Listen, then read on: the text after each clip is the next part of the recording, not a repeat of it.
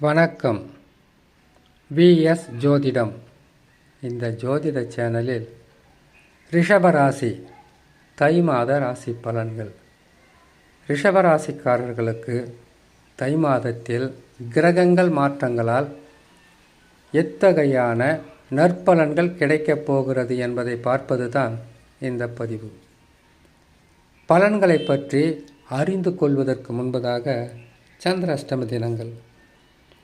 சந்திரன் 8ஆம் இடத்தில் சஞ்சாரம் செய்யக்கூடிய நாட்களில் புதிதாக தொழில் தொடங்கக்கூடாது, வியாபாரங்களை ஆரம்பிக்கக்கூடாது, யாரிடமாவது கொடுக்கல் வாங்கலில் ஈடுபடக்கூடாது, வண்டி வாகனங்களில் வேகமாக செல்லக்கூடாது.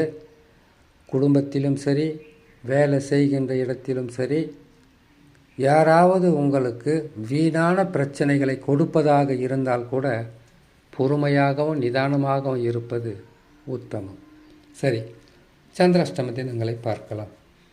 வருகின்ற 16/1/2026 தை மாதம் 2ஆம் தேதி வெள்ளிக்கிழமை காலை 4:48 தனுசு ராசியில் சந்திர பகவான் சஞ்சாரம் செய்யும் போது சந்திராஷ்டம தினங்கள் ஆரம்பமாகும். சந்திராஷ்டம தினங்களிலிருந்து விடுபடக்கூடிய நாட்களாக வருகின்ற 18ஆம் தேதி 1ஆம் மாதம் 2026 தை மாதம் 4ஆம் தேதி ஞாயிற்றுக்கிழமை மாலை 5:22 மகர ராசியில் சந்திர பகவான் சஞ்சாரம் செய்யும் போது சந்திராஷ்டம தினங்களிலிருந்து விடுபடக்கூடிய நாட்களாக இருக்கும். இம்மாதங்களில் சந்திராஷ்டமம் வருகின்ற நாட்களில் பொறுமை, நிதானம், இறை நம்பிக்கை மிகவும் அவசியம். சரி, இம்மாதத்தில் கிரகங்கள் தரக்கூடிய பலன்களை பார்க்கலாம். ரிஷபராசியான உங்களுக்கு உங்கள் ராசிக்கு 2ஆம் இடத்தில் வக்ரம் பெற்று அமர்ந்திருக்கக்கூடிய குரு பகவான் நன்மையை செய்வார். பொருளாதாரத்தில் உயர்வு கிடைக்கும், நற்பலன்கள் அதிகரிக்கும், திடீர் தனலாபங்கள் கிடைக்க வாய்ப்புகள் இருக்கு.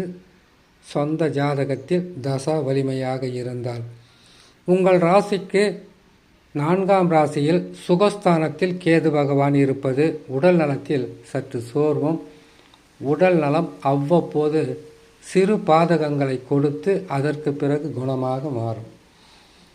உங்கள் ராசிக்கு 8ஆம் இடத்தில் சுக்கிர பகவான் அமர்ந்திருக்கிறார். தை மாதத்தில் எதிர்பார்த்ததை விட எதிர்பாராமல் தனலாபங்கள் கிடைக்கும். சூரியன், செவ்வாய், புதன் 3 கிரகங்களும் இணைந்து உங்கள் ராசிக்கு 9ஆம் ராசியில் அமர்ந்திருக்கிறார்கள்.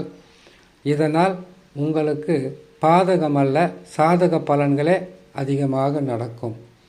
ராகு பகவான் 10ஆம் இடத்தில் இருக்கிறார்.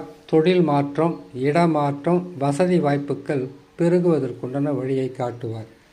சனி பகவானை பொறுத்தவரையில் ராசிக்கு 11ஆம் இடத்தில் நற்பலன்கள் என்பது குறையாமல் நடக்கும், நன்மைகள் அதிகரிக்கும்.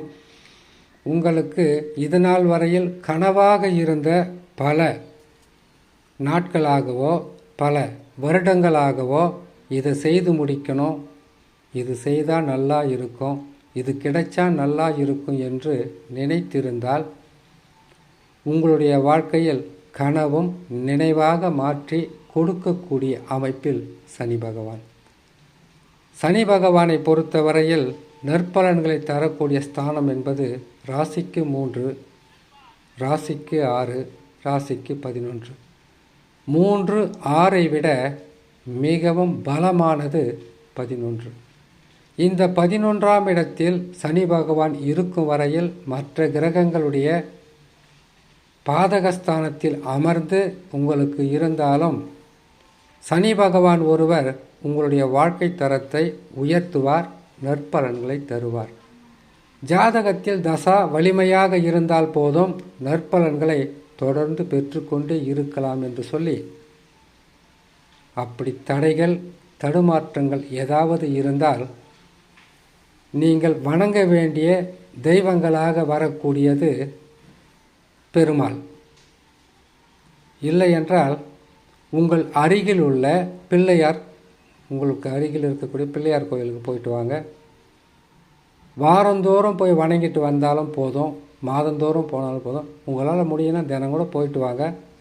வளர்ச்சி பாதைக்கு அதிகமான முன்னேற்றத்திற்கு வழியாக இந்த தெய்வங்கள் உங்களுக்கு உதவியாக இருக்கும் என்று சொல்லி இன்னொரு நல்ல பதிவில் உங்களை நான் சந்திக்கிறேன். நன்றி, வணக்கம்.